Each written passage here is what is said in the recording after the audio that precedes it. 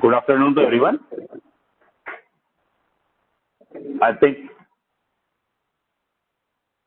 my voice is audible to each and everyone. Yes, please. Thank you, sir.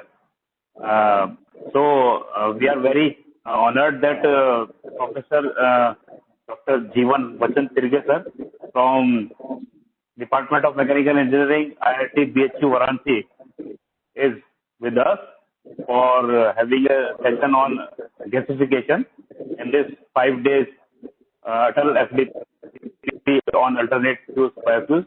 Sir, I, Sanjeev Lamba, on behalf of Guru Kangde Vishwavidyalaya, welcome you in this FDP as a resource person. Dr. Jeevan Vachhan is presently working as assistant professor as professor in the Department of Mechanical Engineering, Indian Institute of Technology, BHU Varanasi. He graduated Mechanical Engineering from Government Engineering College, GGU, Bilaspur in 1998. He did his PhD work at IIT BHU, presently IIT BHU Varanasi, under Professor H.N. Gupta in the research area of internal combustion engine. Dr. Tirke bears a very good academic record, and he has published more than 20 international and national journal papers and 15 conference papers. Dr. Tirke has guided about 30 UG and projects, and 30 master theses are also in his credit. 2 PhD scholars have completed his thesis under him, and 3 are working. He has developed IC engine lab and has developed courses related to alternate fuels for transportation and energy management. He has conducted several national and international conferences, short-term courses for teachers and students at national level. Dr. Tirke is also technical chair of vehicle condensation and BHU. He is a member of Institute of Engineers India.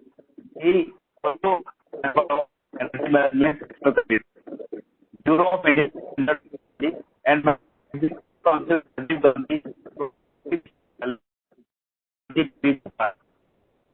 He worked as a team aware of BSU in Eco Cell on Asia at Singapore from 2017.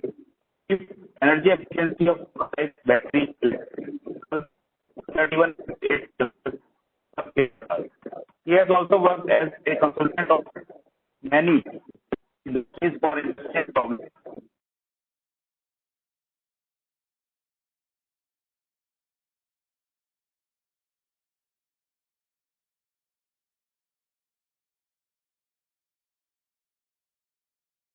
Sir, your voice is not available.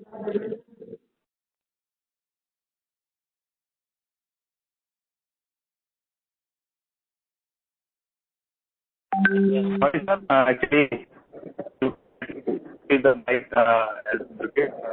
So, Dr. Tirke has also worked as a consultant for many industries and for industrial problems. He is working in the project of Center for Energy Resource Development and CSTUK Center for Grassroots Innovators. He has very administrative experience at institute level. Sir, I am wholeheartedly welcome you in this session, and kindly request you to please share your deliberations with us so that we get enriched by your talk. Sir, please, the session is over to you. Dr. Tirke, sir.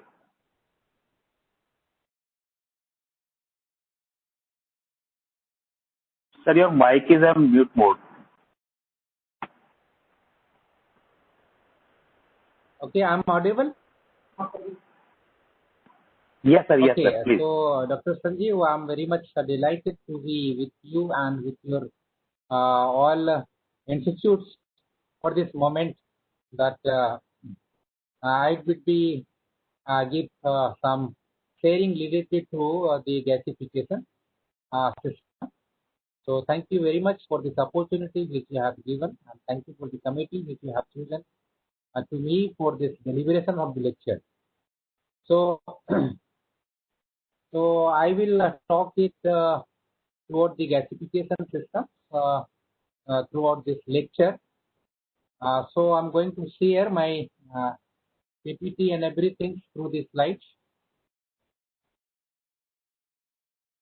Sanjeev?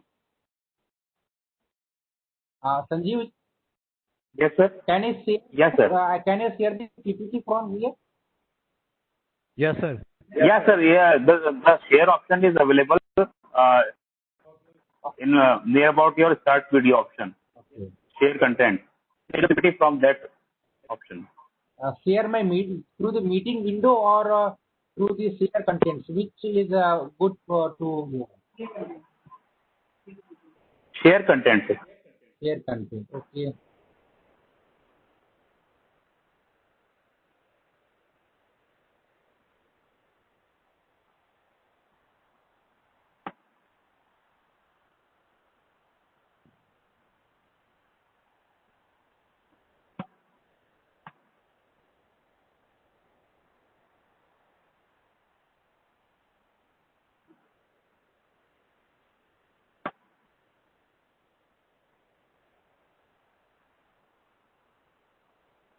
That's all.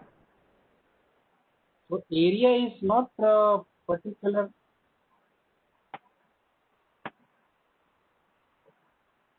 Sir, you can please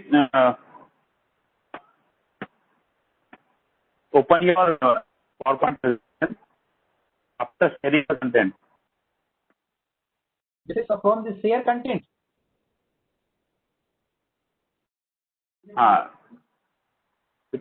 First of all, please share content. After that, you open your PowerPoint presentation. It will be visible to everyone. Okay, share files. Okay, got it.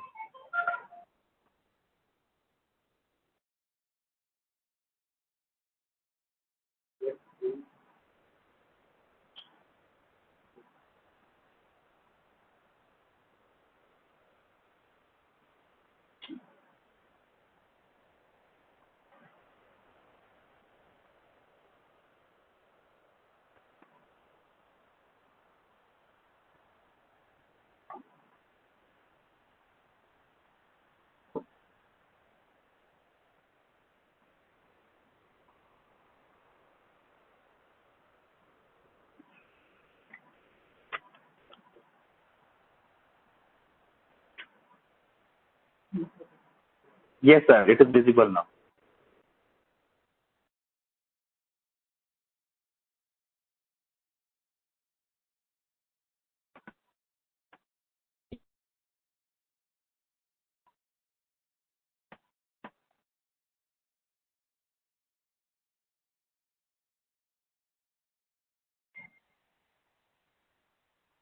Okay, so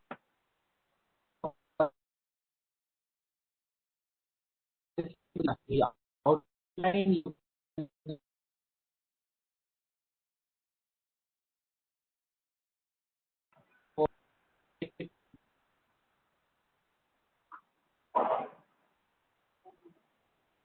energy. Hello.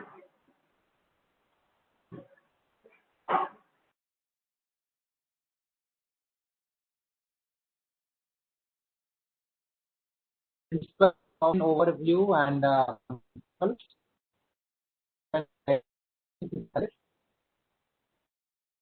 gasification performance. And the third one, I would like to talk on beyond considerations of gasification systems, basic data, performance parameters. And the last one will be applications related to gasification. Okay. So my voice is clear to all of you, or shall I speak loudly? It's clear, sir, clear. Okay.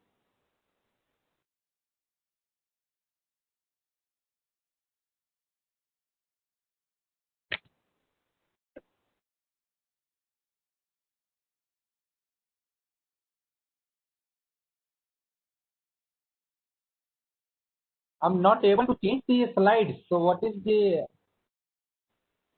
point so that I can do it?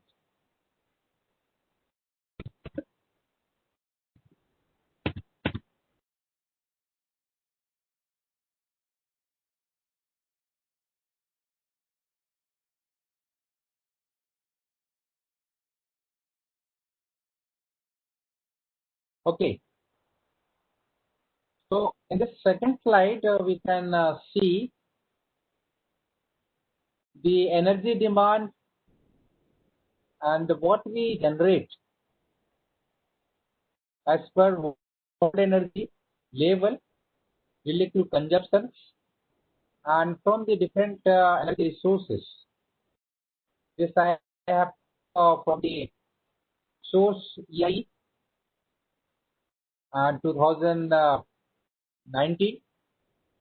So there you can find that world energy consumption by energy sources, and it is in terms of British thermodynamics, and the history shows, and before 2015 and now we are at 2020. So here you can see the petroleum and other liquids continuously increasing. Second line, which you can see, that is black dark line, that is corresponding to the coal. It has been predicted that coal consumption should be in the future, but the natural gas and renewable energy and nuclear energy, this all energy will increase year to year, and in 2040 the petroleum will be 200 ml unit, and similarly for the natural gases this will be nearby 180 something. So this way, if you consider the future energy demand, so whole total petrol, natural gas, coal, renewable and nuclear, all energy and some of the energy, but we have total to find this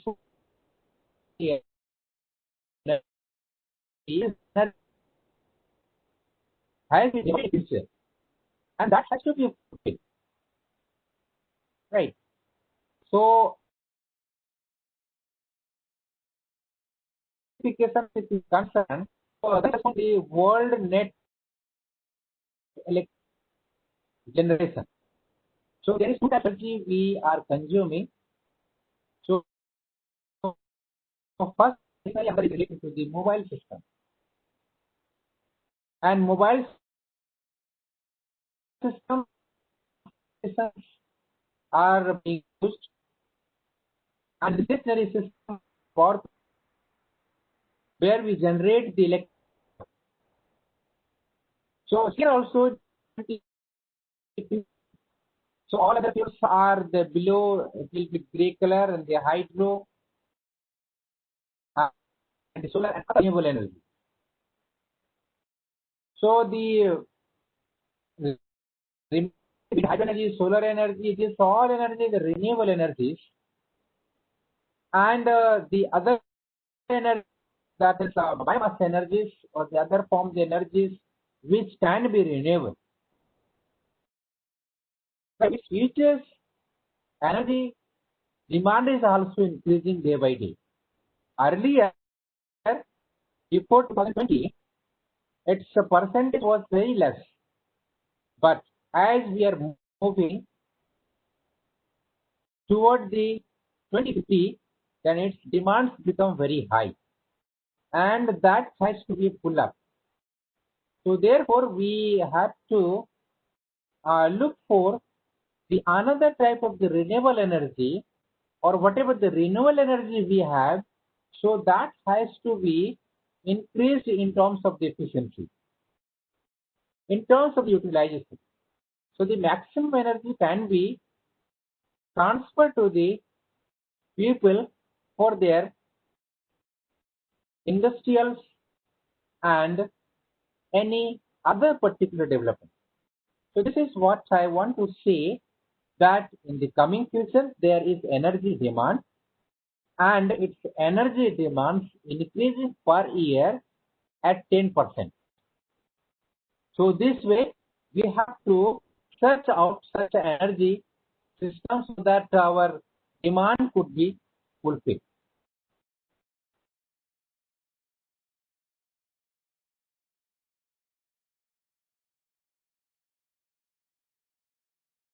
Yes. So my concern is corresponding to the biomass. This is also renewable energy, and there are different types of the biomass in the world. In India also nearby more than 400 types of the species are present, and more than 200 are there that are tree-borne oil, and these all have tremendous amount of the biomass, and this biomass only the 40% we are using, but remaining amount is going to be waste. And when you see this in terms of the percentage, then any types of the engines or turbine systems or whatever things you are assuming, so its maximum percent goes to the 40. So remaining heat is also being transmitted to the atmosphere. So first of all, I would like to introduce what is biomass. So biomass is any organic matter, especially plant matter, which can be converted to fuel and is therefore regarded as potential energy sources. There are many types of biomass are there, leaves are there, but all are not tremendous amount of energy resources. Especially this is corresponding to sustainability of the energy transfer. So we have to choose such type of the biomass which contains the high energy and which can sustain our demand, and it will continue to supply, and we can achieve it in a greater ratios.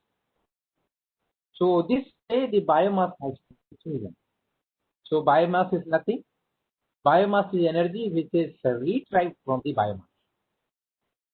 And our aim is that it should be alternate to the petrol product. So what that is the biomass.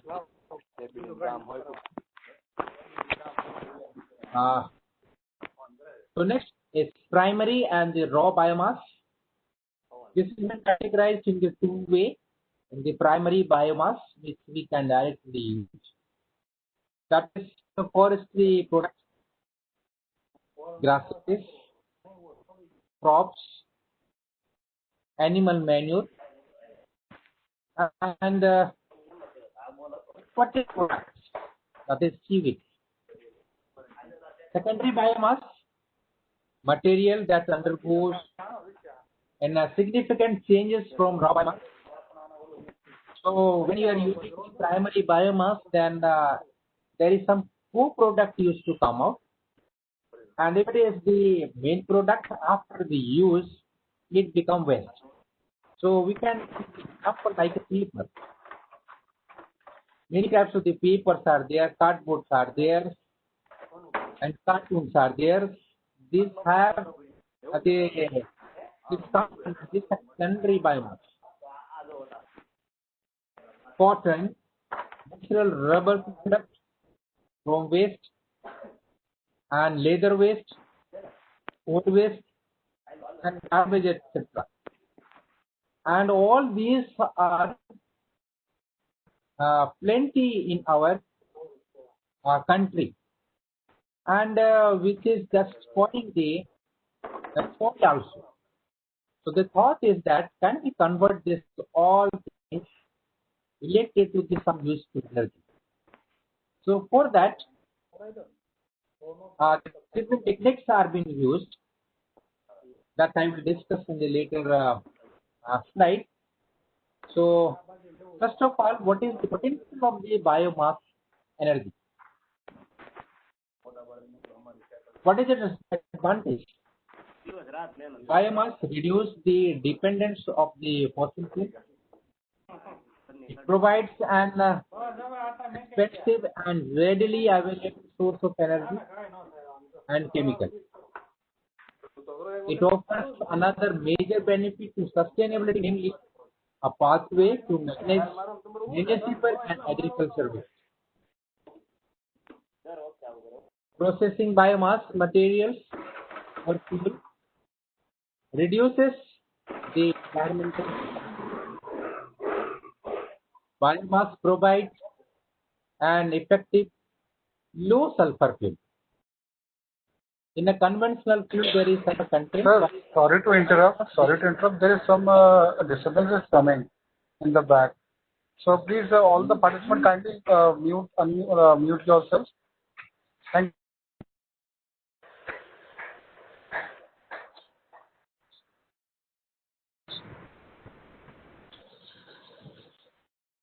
Shall I start?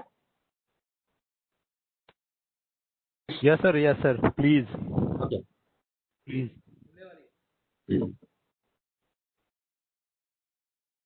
So biomass provides an effective low sulfur fuel. It has many derived products that may substitute those of plastic and other products.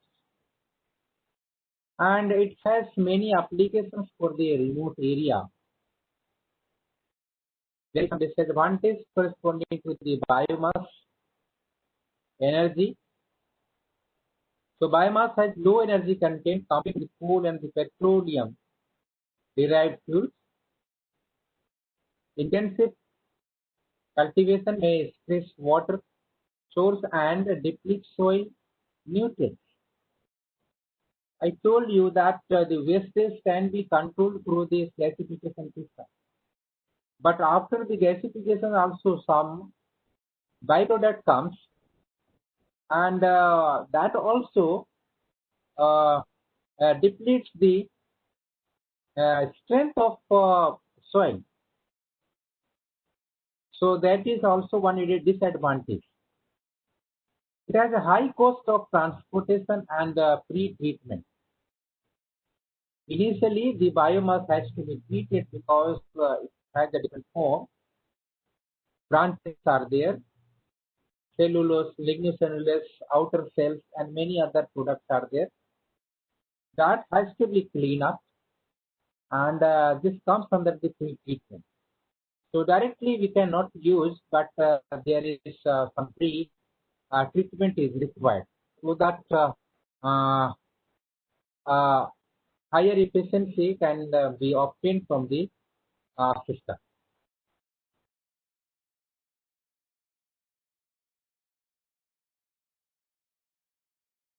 So biomass composition. This is made of basic things that are hydrocarbon.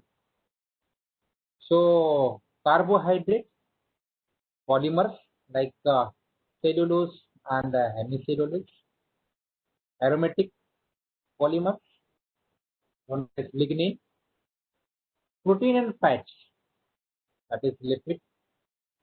So cellulose, the general chemical formula can have C6H10O5. Then a structure component of primary cell wall of the green plants. Cellulose is crystalline, strong and resistant to decomposition in presence of heat. And hemicellulose present with the cellulose in almost all plant cell wells. A little strength in front of heat. For the cellulose, which have the high percentage in the plant, it depends on the types of the plants, but it has been seen that cellulose percentage is higher in comparison to the hemicellulose and lignocellulose. And the bottom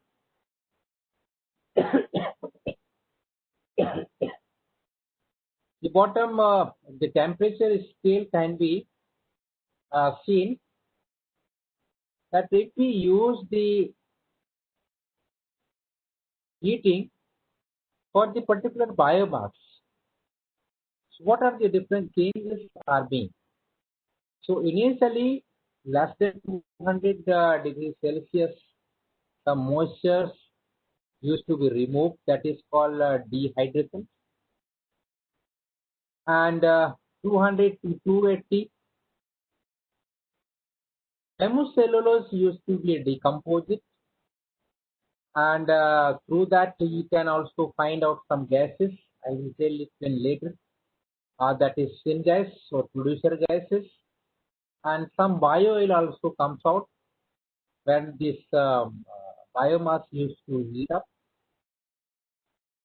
Then cellulose used to be decomposed at 240 to 350 degrees Celsius. And its percentage is also higher. And another portion is that lignin. For the decomposition, this temperature is required 280 to 500 degrees Celsius. So these all are in terms of limited oxygen present in the reaction system. So that has to be made up in this reaction system, where we are providing the limited amount of oxygen or the air for the reaction. So there is the difference between the combustion and the partial oxidations or the partial combustion. So these data are corresponding to the partial oxidation.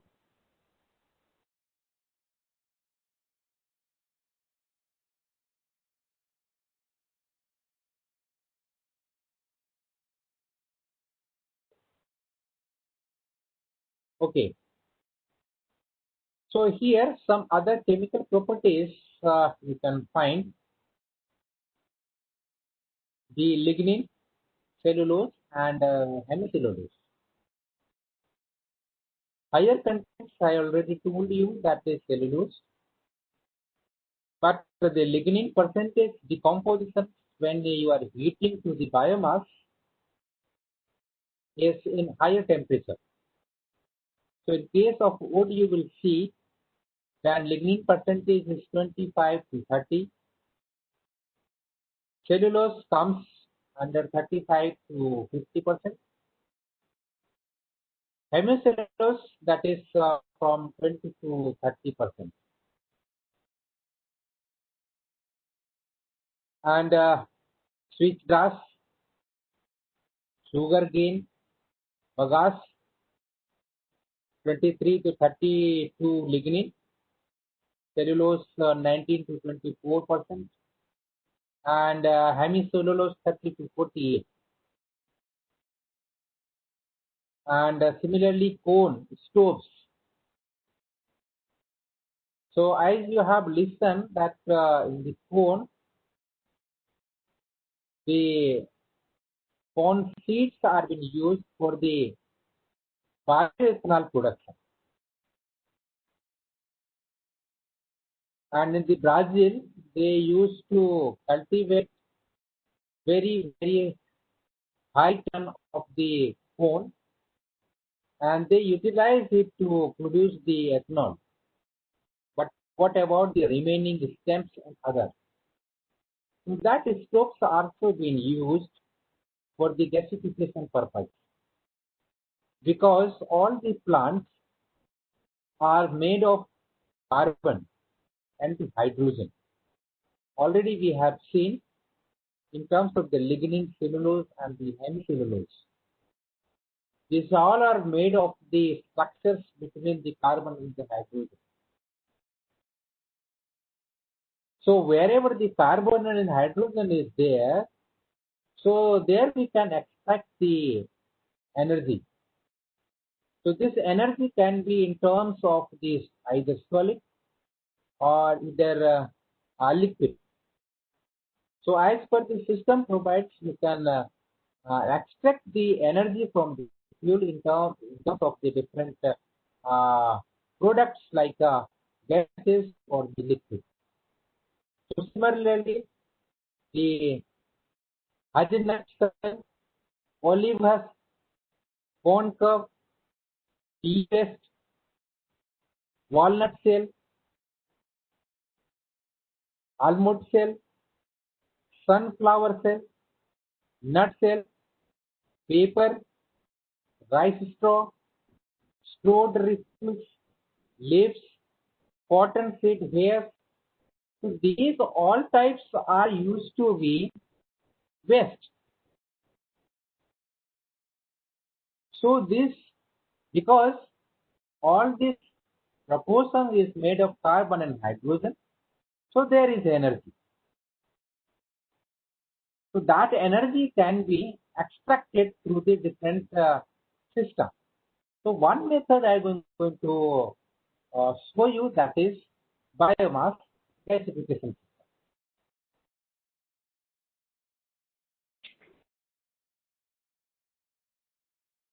Other properties are there, and these properties is corresponding to the proximate analysis. And the volatile matter in this content is significant effect on the biogas production. So this is basically food. So in the first one, if you see, the density is very high, 1186 kg per meter cube. Moisture content is 20. Ash content is very less, 0.4 to 1. And volatile matter, this is 82%. And fixed carbon, that is 70%. So in this, similarly, there is many other components also there. And all these parameters can be expected from the proximate analysis and in the lab scale. And from there you can have the other type of also the biomass, so that you can take that and which have a different content that you can visualize. Yes. So the next slide is corresponding to the ultimate analysis. So the previous slide was related to the proximate analysis, and this is your ultimate analysis. So ultimate analysis, the earlier slides I have told you that cellulose, lignocellulose, hemicellulose, these all contains the carbon and hydrogen. So how shall we get how much carbon and hydrogen and oxygen are there in a particular biomass? So the method which has been suggested, that is ultimate analysis.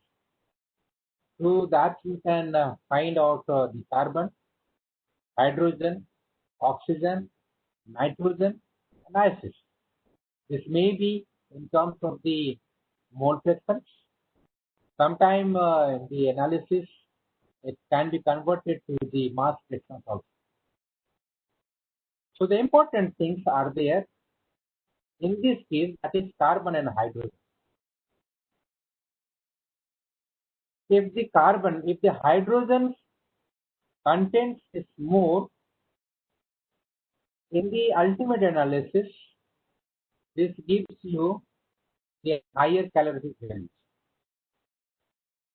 But there is carbon is also very important. So carbon and hydrogen, both proportions are required. But in comparison to the 1 kg of element as a hydrogen and the carbon, the hydrogen have a very high calorific value.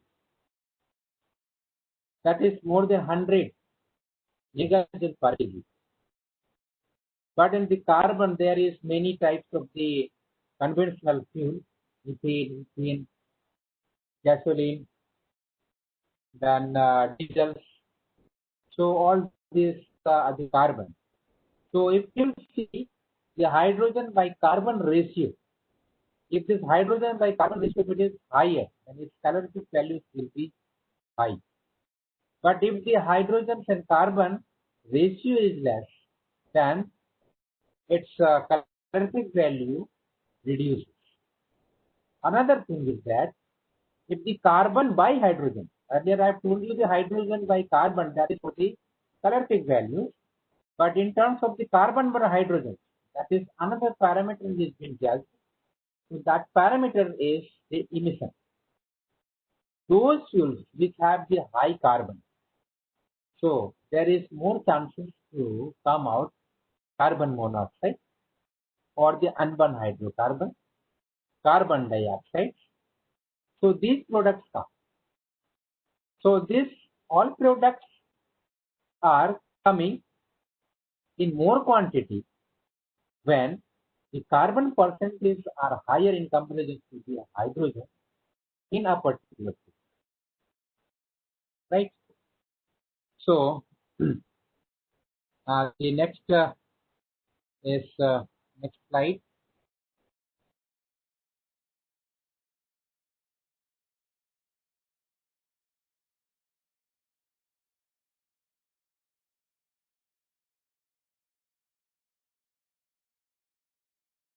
Okay. So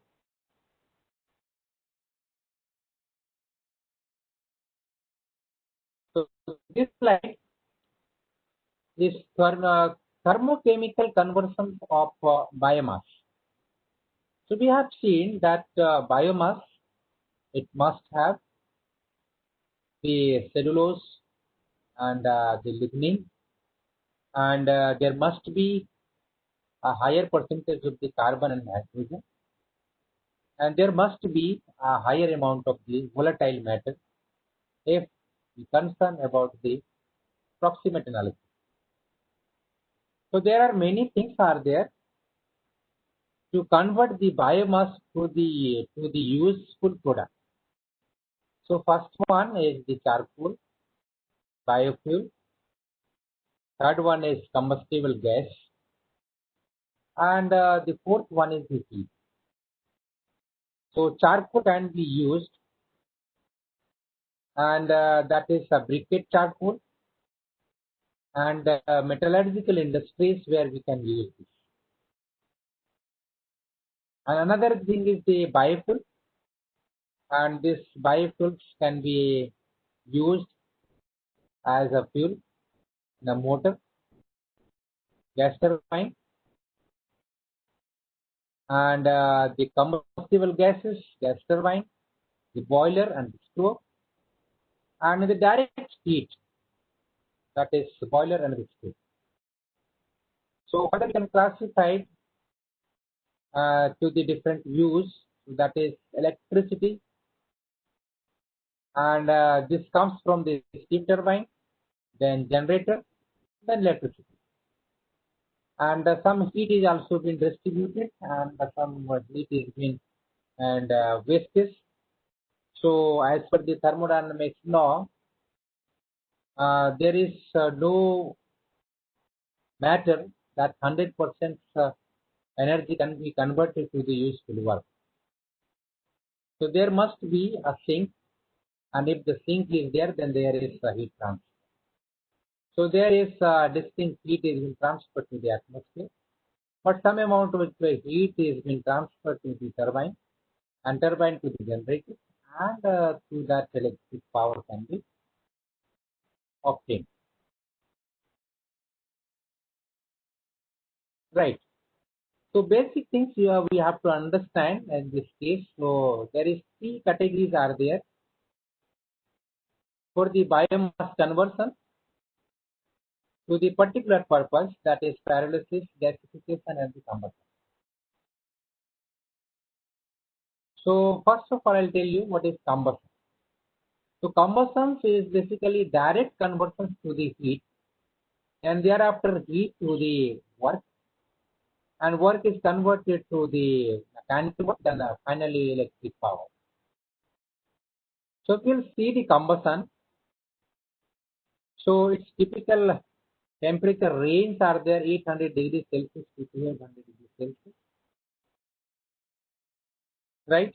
But the gasification temperature is also similar, but it has some limitations.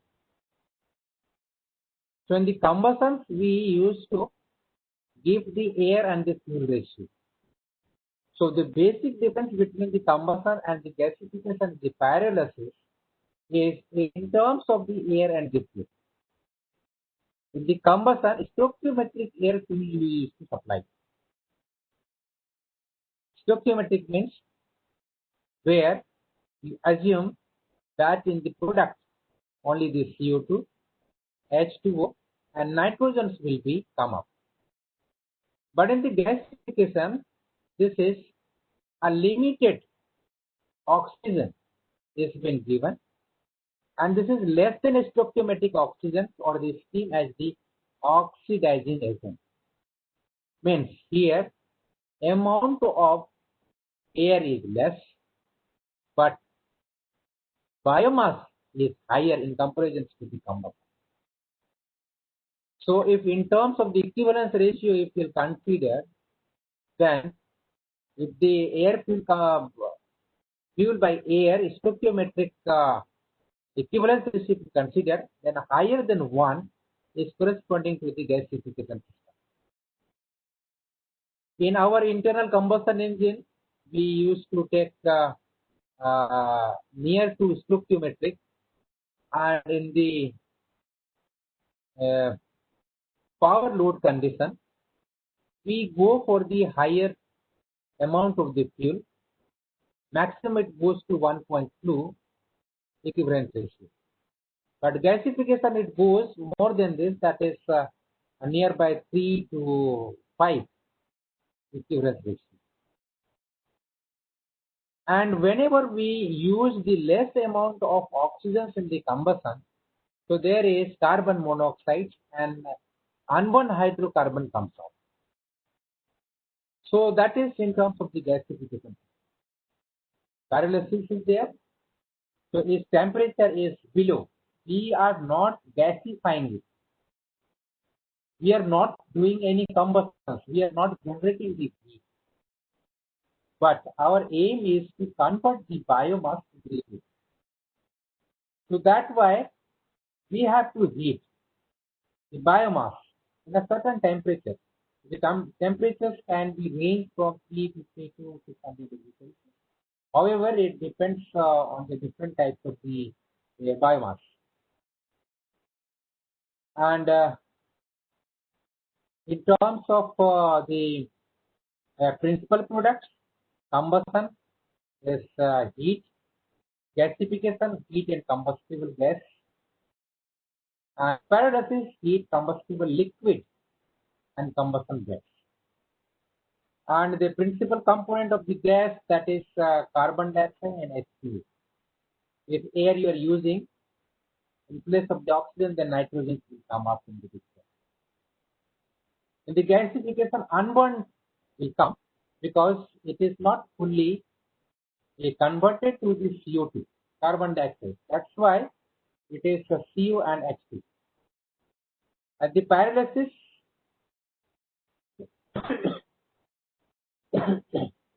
it is not completely combustible, so that's where there is again CO is coming and some amount of H2 also comes out. But our aim is to generate the combustible liquid from the pyrolysis.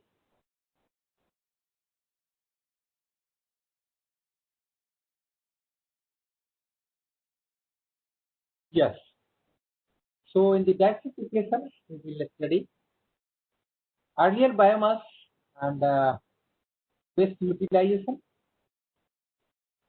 developed in 1800s to produce town gases for lighting and cooking. Earlier, these types of the arrangement was there. Then 1920s, used in blast furnace and synthetic chemical production. During World War II, used to produce transportation fuel. Currently, it is used as a heating purpose. Micro gasification is being used for the micro level, and that is for the biomass producer gases, and is being used as a cook stove. Biopower generation, hydrogen, biofuels, and chemical products. These all things also generated from the gasification. So gasification is a thermochemical process which converts biomass into a combustible gas. This very important thing is that is combustible gases, and mainly carbon monoxide, H2, methane, and other inert gases also there through incomplete combustion reduction. Reacting biomass with gasifying agent, so that is here oxygen, steam, a temperature goes beyond 700 degrees Celsius.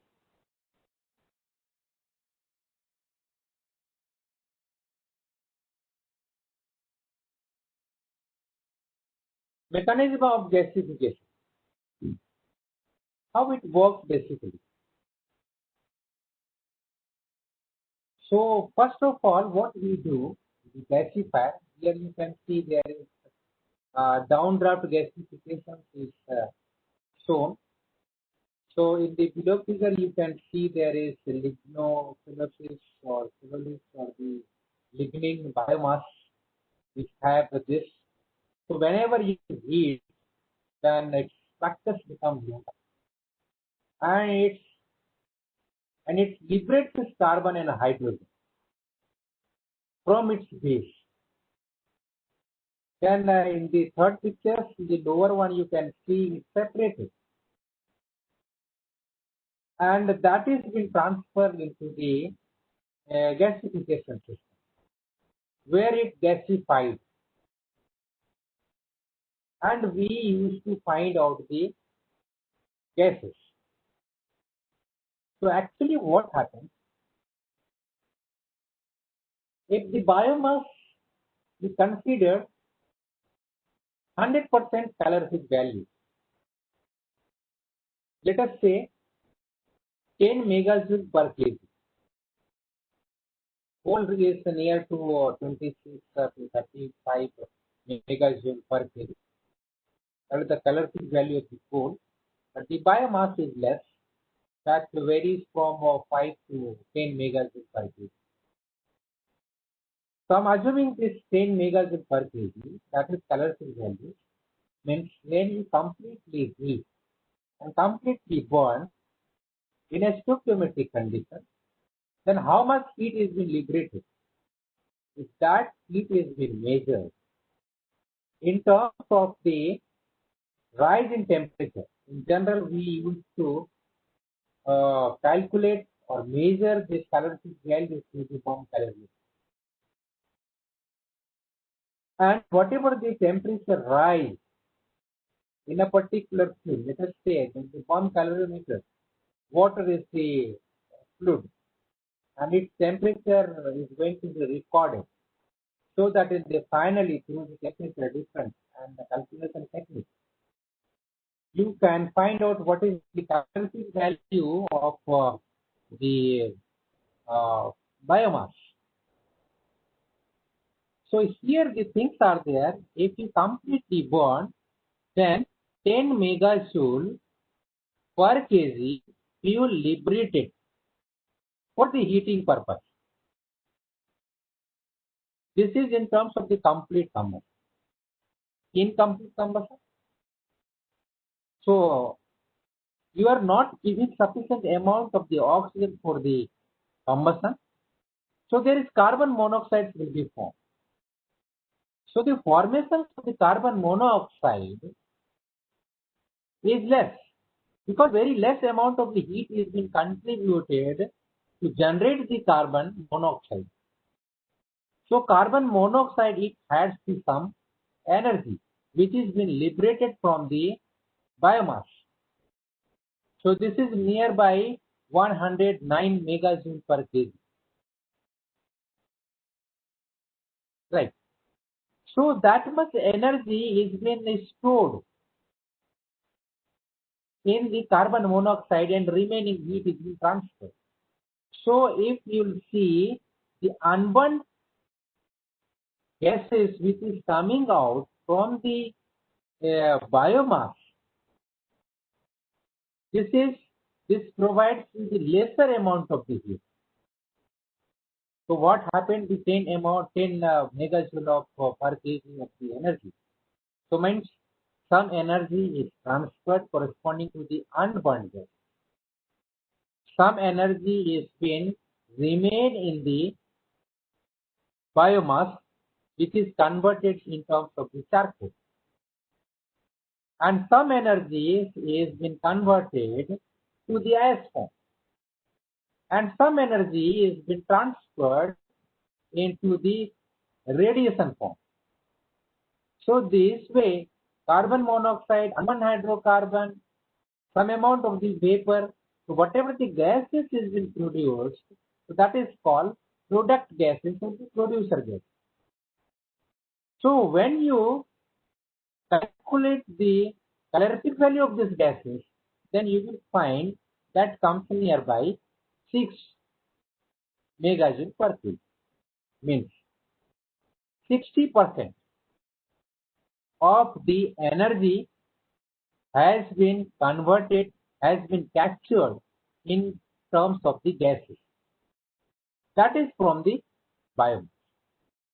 Now, earlier you were not about to use this biomass directly for the different purpose, but now in the gaseous form, that is producer gases, can be easily transferred from one place to another places, can be condensed, and it can be transferred to the liquid phase, and it can be easily used where there is no biomass is available. So at least you can transfer, you can catch this, you can store this producer gases, and you can transfer to the required place. So this way you have converted the biomass to the producer gases, and these producer gases can further be utilized because this is unburned. So again you transfer more amount of the oxygens with this, so that this can be reacted, and finally by the carbon monoxide transmit from the combustion, you can again generate the heat. So in earlier what you have done, in the first figure you see, heat has been transferred, then this is converted to the solid to the gases, and finally it comes to the gas phase, and which can be stored, which can be transferred, and which can be further used in the heating purpose for the different areas.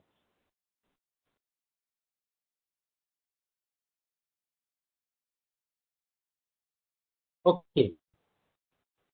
So next I would like to share with you that is the basic reaction in the gasification.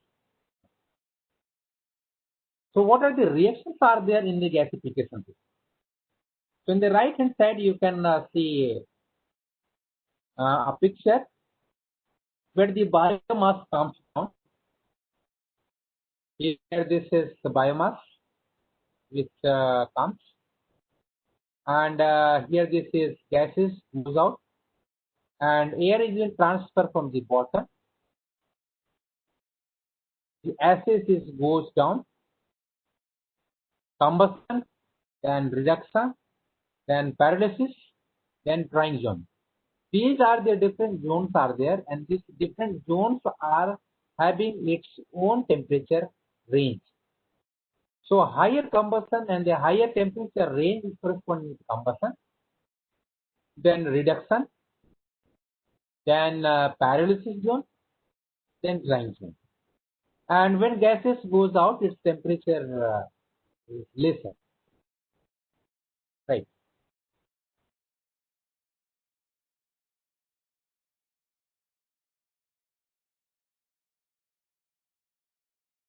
So first of all, in the first zone, if you consider, so that is called drying zone. or this is also called bunker section. Moisture feedstock plus heat. This goes to dry feedstock plus H2. So this happens in the drying zone here. From here the biomass comes, and the upper section is the drying section, where all the moistures are there in the feedstock get heat, and its dry heat and the dry feedstocks appear inside the gasification system, and so that the product is that dry feedstock. Initially, the biomass contains some moisture. So when heat is been applied, then dry feedstock and H2 goes out. So H2O, that is a vapor, which goes out with the exhaust manifold. So second is that pyrolysis or the thermal decomposition zone. In this zone here, this is the zone, pyrolysis zone, you can see in the picture. So there is dry feedstock and heat. So the dry feedstock which was in the drying zone, now it comes in the second zone, that is the pyrolysis zone. So when take the heat, then again it converted to the char, and volatile comes out. Okay, is any questions are there? Some sound is coming. Hello?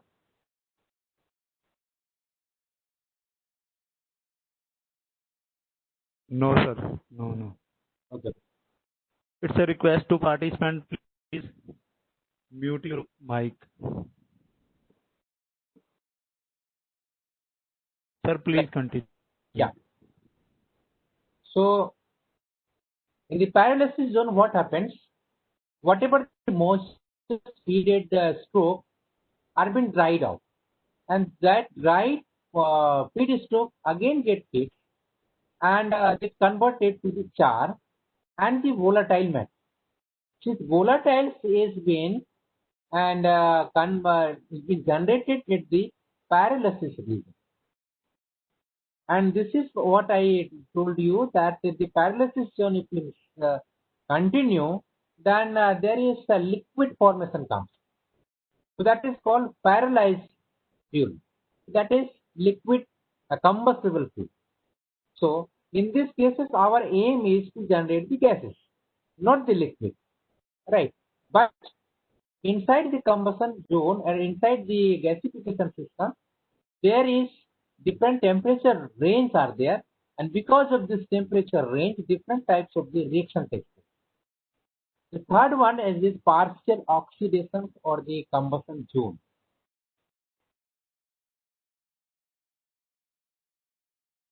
In this zone, carbon, which is inside the biomass, and half of the oxygen, carbon monoxide is here. Then you can see what I was telling, that minus 111 kilojoule per mole released. This much heat is been released here, and remaining amount of the energies is stored in the carbon monoxide. So here this formation energies of the CO is minus 11. So this much heat is being released in monoxide. So this is partial oxidation. Why? Because it is not fully converted to the carbon dioxide, which is stable chemical. So here you see, so if it is a complete combustion, then what will happen? But it happens inside the combustion chamber, that whatever the oxygens are there inside the gasification system, so carbon and oxygen again it gets reacted and carbon dioxide. But in this case, minus 394 kilojoule per gram mole, that much energy is being released. Right. So here you can see almost 3 times of the energy is being released when complete combustion is takes place. But if it is incomplete, then only this much heat is being liberated. So that is the beneficial, and this heat can be again recombined with the oxygen, and you can generate the remaining amount of the power from the particular place. So another is there, H2 plus O2, H2O. Here, this is basically endothermic reaction, where heat has been absorbed. So another region, that is for reduction region. In this region, partial oxidation has been and there, and something is there, that is endothermic reactions also take place. So carbon and carbon dioxide. So this is called bound down reactions, and this is endothermic reaction takes place at this level, that reduction level. So here carbon monoxide is coming. Then this much heat is been absorbed in the carbon monoxide. Here it is liberated, but here this much energy is been stored in the carbon monoxide. Then next one, this is called water gas reaction. Then carbon and hydrogen, carbon and the H2O again combine, and here also you can see the carbon monoxide forms. And here this reaction, this much energy is being stored. But in the another reaction is there, that is called water gas reaction. In this reaction, minus 42.3 kilojoule mole is energy has been liberated. That is exothermic reaction. And another case is there, that C plus 2H2. So this is called hydrogasification reaction. So this is also exothermic reaction. So now wrong, it is written. So this should be endothermic reaction. So here you can see that CO, this CO, and some methane.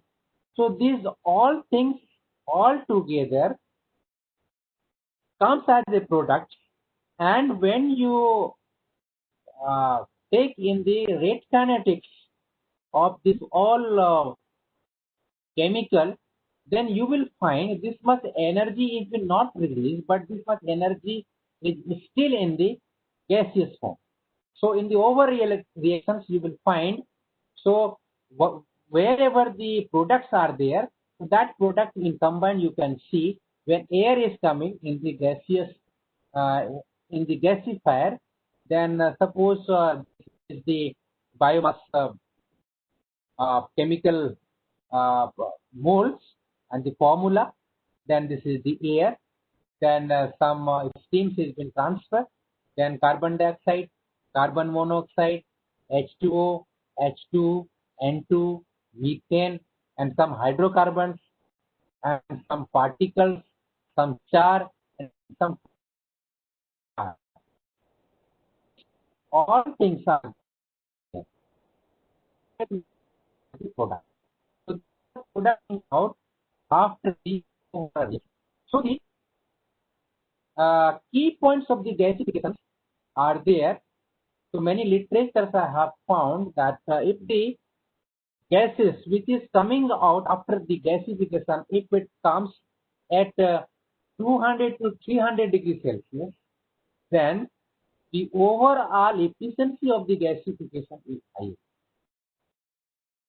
And our aim of the gasification is that whatever the gases is coming out, its calorific value should be high.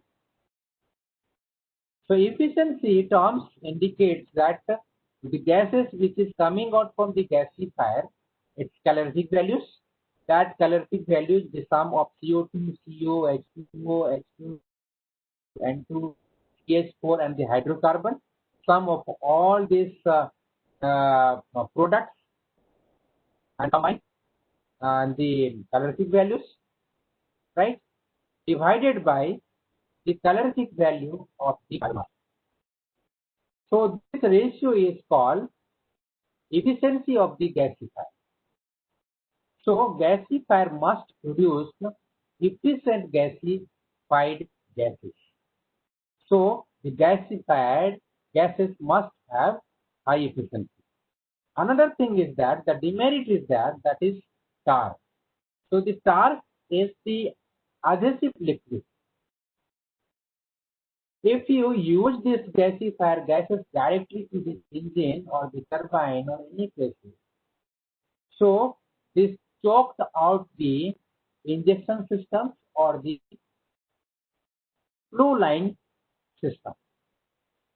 So therefore there must be lower amount of tar content. So our aim in the gasification is that gasified gases, producer gases, should have high efficiency and it should low tar. And for that,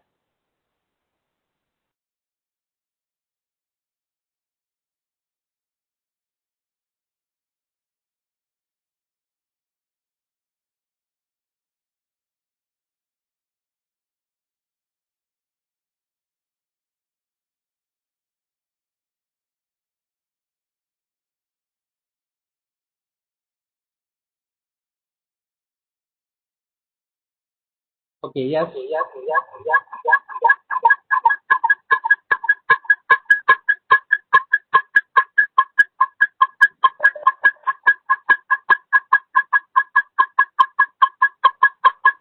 Sir, please. Hello, uneven sound is coming.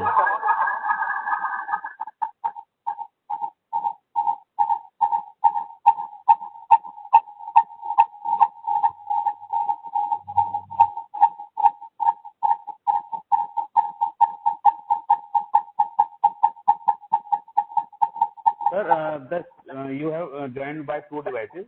Kindly put the speakers of any one device on mute mode so that echo will not be there. So is it clear now?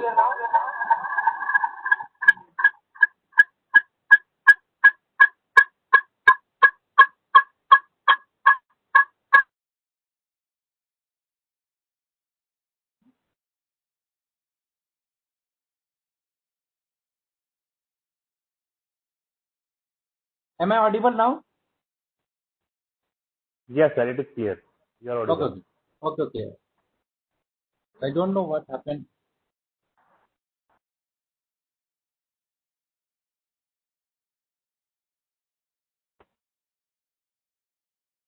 No problem, sir. Please continue.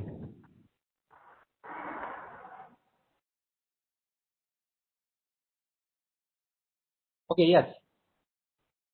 So in the detail of gasification process, so here you can see there is different flow of the gases as well as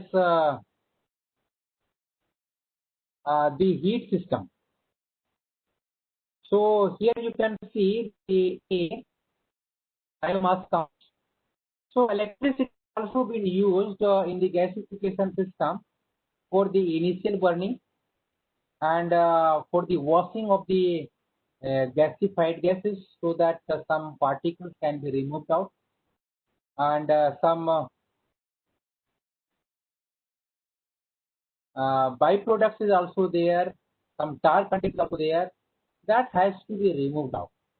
For that purpose, some water is being transferred and this water is in the spray form. So the motor is run by electric power. So that's why electricity is also being used. So therefore, the inlet systems is there, biomass, electricity, air, and H2O.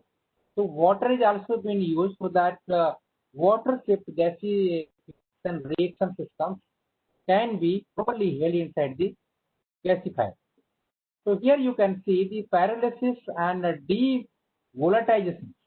So in that cases, there is three things comes, that is tar, permanent gases, and char.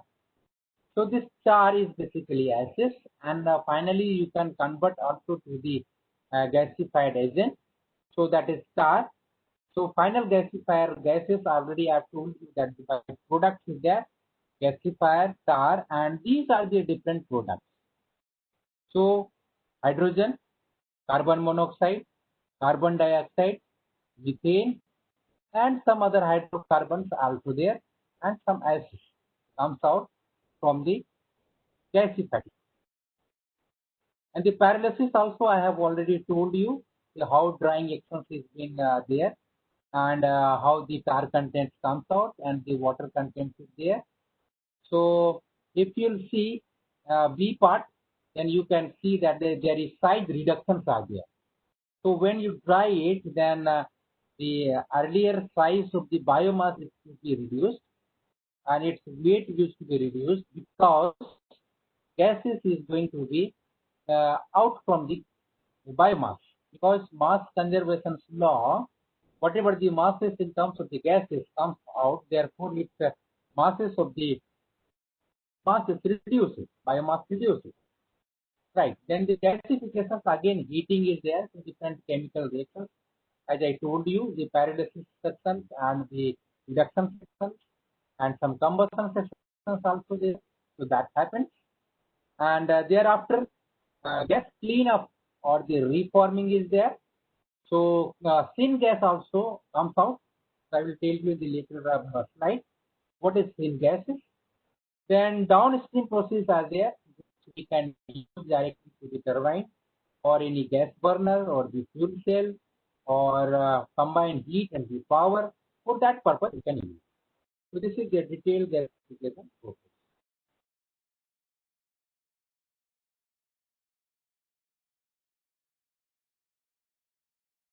Right.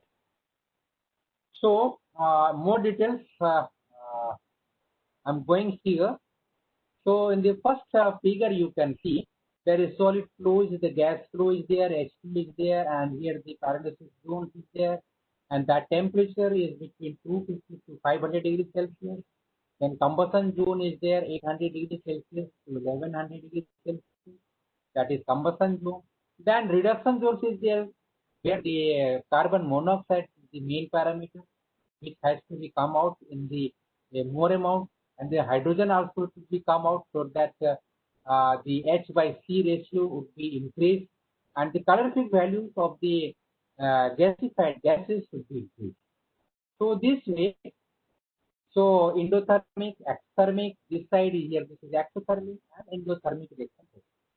So this way, the total reactions flow is there in the gasification system, and the stages of the gasification already I have told you. So the heat flow in the different form is there, and the blue one, that is very interesting thing is there.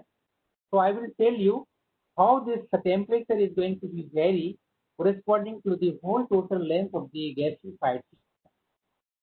So here you can see first system where the biomass comes out from the upper sections and goes out from the lower section as a ash, and the air is coming in from the bottom side and gases goes out from the upper side. So in the first lower first figure, if you see, so in the red line it can be seen that temperature is higher at the reduction level, because in the higher figure also you can see, and the reduction zone and the combustion zone, in that the temperature is very high, because the combustion, some of the biomass get fully combustion, so that it gives its heat to the nearby biomass, and because of the less amount of the oxygen, it did not get burned completely. So that is unburned combustion comes out from the biomass. So that is basically our final product. So here incomplete combustion product is our main aim in the gasification system as a need. But in case of our engine system, whatever the product is coming out, that is not our aim. Our aim is that how much heat has to be generated. So that's why in internal combustion engine, the fully combustion engine, our main aim is to generate heat. But here, our aim is to generate incomplete fuel or incomplete gases. Sorry.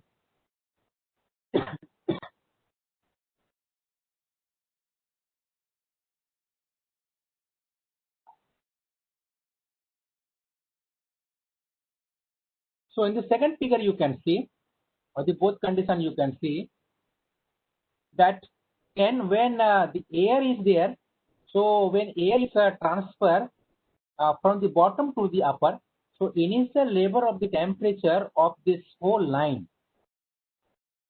is less and gradually increasing towards the reduction phase. Means if you put the thermo scale or the thermometer in the gasified region, then there you will find different range of the temperature, and that temperature range if you plot between the length of the gasifier and the temperature, then you will find these two types of the fire. The second figure if you see, then there you will see in the primary figure you will see if the air is been transferred from the bottom and the gases goes out from the upper, but if the air is being transferred from the middle section and the gases goes out from the lower section, then you will see there is higher temperatures corresponding to it. And this is why higher temperature, because in the first cases the air is coming from the lower part and goes to the upper part.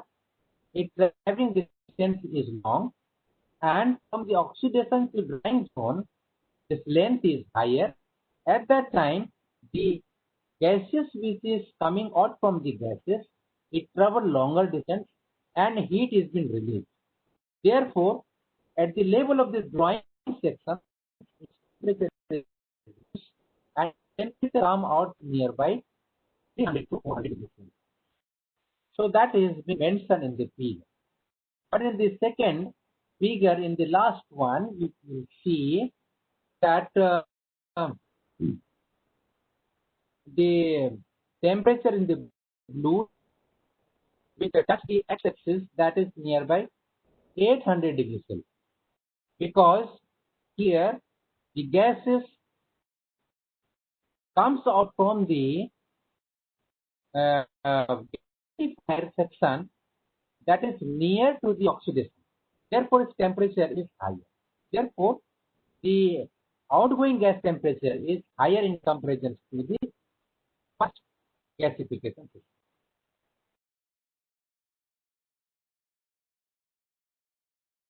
So, in terms of the different types of the gasifications, just I told you that if the air entering systems and the gas outgoing systems are different, then what is the named out according to the de-coupled system? So first one is called updrift or the updraft system. In that system, what we are doing? Air is coming from the bottom and gases goes out from the upper direction.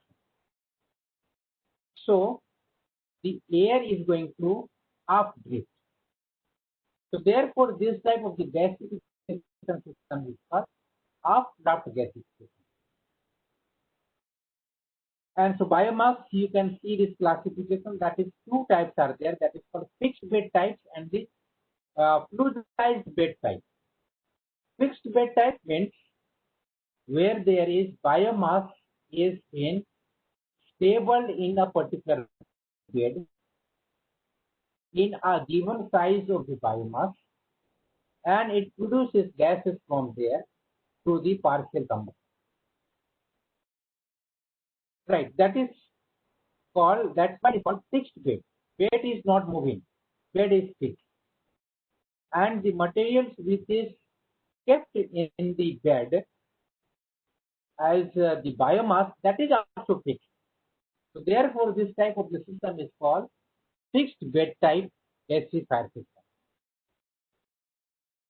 So there is three types of the fixed bed gasification system. First one is downdraft gasification, updraft gasification, and cross-draft gasification. So this updraft, downdraft, and cross-draft systems are corresponding to the flow of the air and the air content through that and the gases out region. Corresponding to that, this different names is being mentioned. So first one, that is updraft gasification, where air is coming from the bottom and it is being driven up and goes out to the upper sections of the gasifier. So that's why this type of the system is called updraft gasification. Second one is the downdraft gasification. In the downdraft gasification system, the gases, which is our requirement, and it comes out from the bottom section. So that's why air is coming from the upper section. You can see that the oxidation section, the air is being transferred and it comes down toward the bottom region. So that is reduction section, and from there the gases goes out. So because of this gas temperature is very high, and the key point is there. If the temperature is beyond 200 to 300 degrees Celsius of outgoing gas temperature, the combustion efficiency reduces. Because of this, in the downdraft gasification system, its efficiency is reduced. There is another advantage also there, I will tell you. And third one is that cross-draft gasification system. In that system, is there fuel. So here it is not shown. So the cross sections, what happened? That one side, on the left side, AID is coming. On the right hand side, the gases is outgoing. So that is the combinations of the updraft and the downdraft system. So that is called cross-draft. And fluidized bed type systems, there is two types are there. One is called circulating fluidized bed gasifier, and the next one is entrained gasification. So in these sections, what we are doing, the biomass size is less, and because of that, here the bed is there, and whatever the biomass is there, that used to bubble, that has to be changed, its orientation. Because of that, it has a higher surface of the heating. The demerits of the updraft and downdraft is there. Sometimes what happens, some foods or some biomass do not get burned. They do not have a sufficient heat to transfer the gases. To avoid this, what has been taken, it taken in terms of the bubbling, means the biomass size is being taken reduced. In the updraft and downdraft gasification system, the size is the 10 millimeter or the 10 to 20 millimeter diameter of the size we are taking. But in these cases, in the bubbling size gasification systems, 5 millimeters of the diameter of the biomass we used to supply. But in the gasification system, circular bed gasification system, its masses is very less than 2 millimeter size. So this way, in terms of the size, it will take, and in terms of the movement of the gasified biomass, if you consider, then that term is called as a bubbling bed gasification system and circulating bed gasification.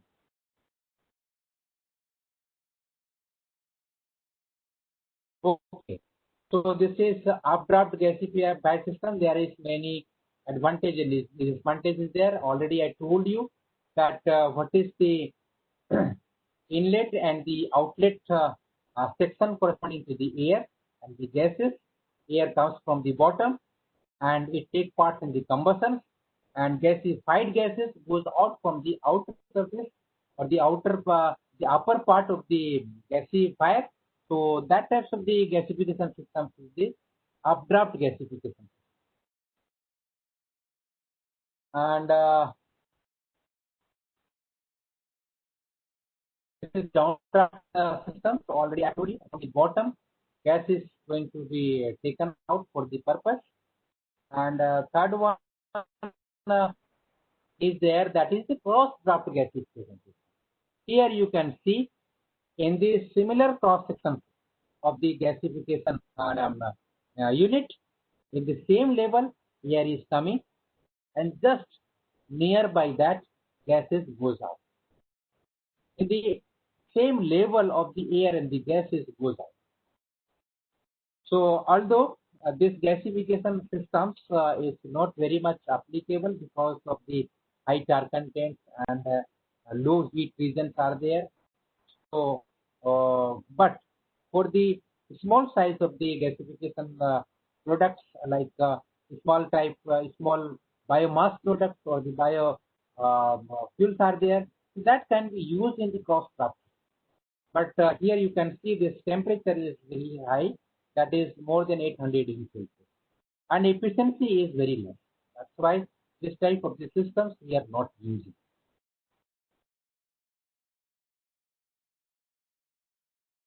And fluidized bed gasification systems, I have already covered this. And this is bubbling fluidized bed gasification system.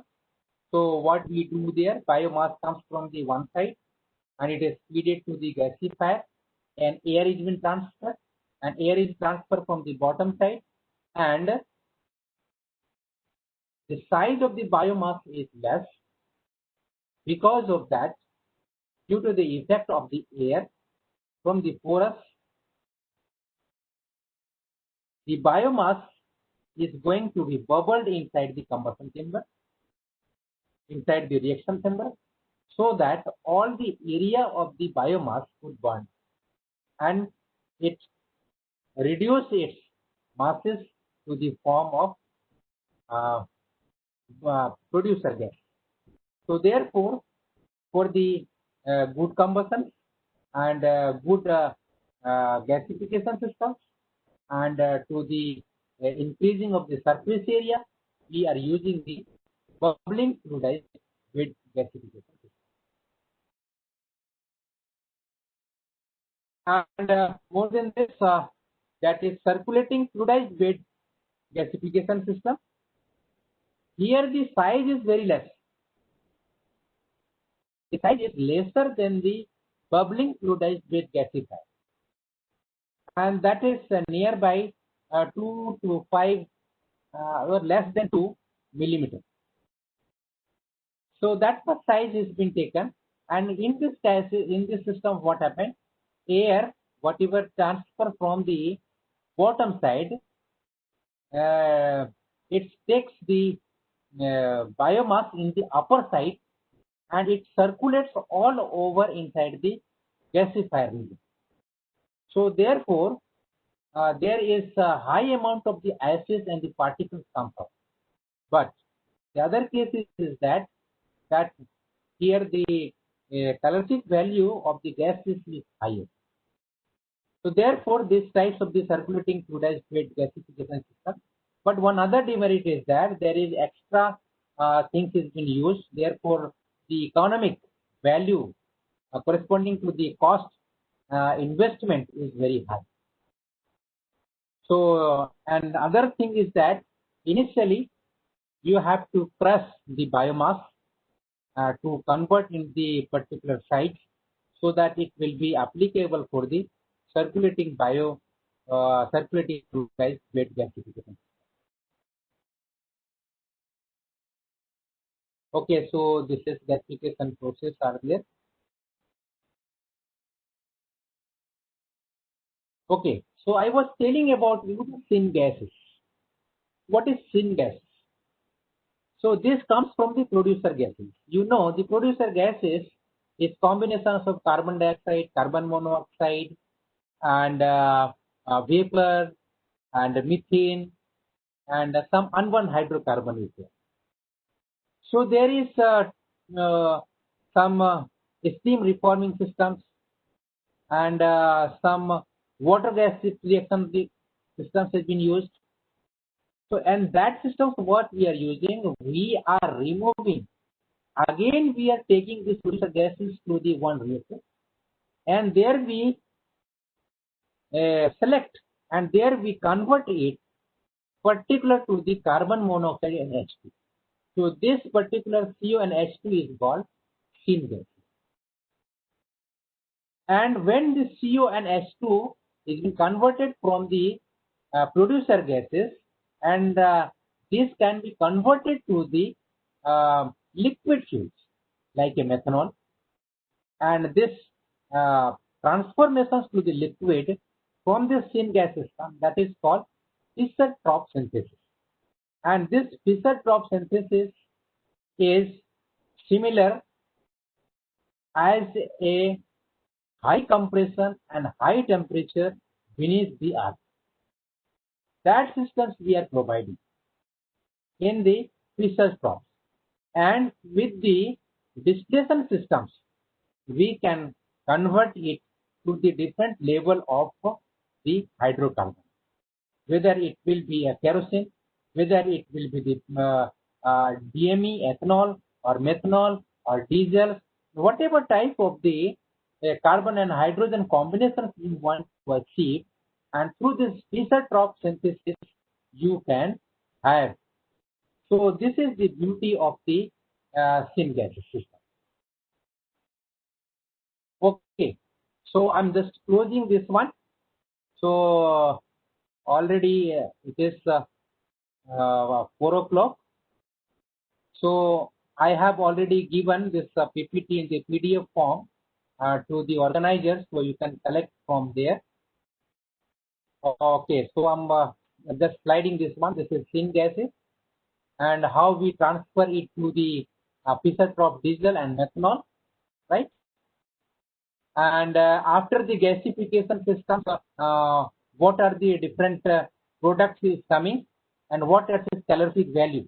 So in the right side you can see the calorific value, that is 6.21 megajoule, and here 4500 kilocalorie in terms of meter cube, Newton meter cubes. So these are there, and this is what the gasification system look like. That is in high ratio. What our students working on this, some PhD students also working on it, and we have coupled this with the engine so that we can identify how much fuel saving can be done from the gasification system. And this are the little bit some results from this integrated gasification to the engine systems, and we can save the gasifier through the two systems.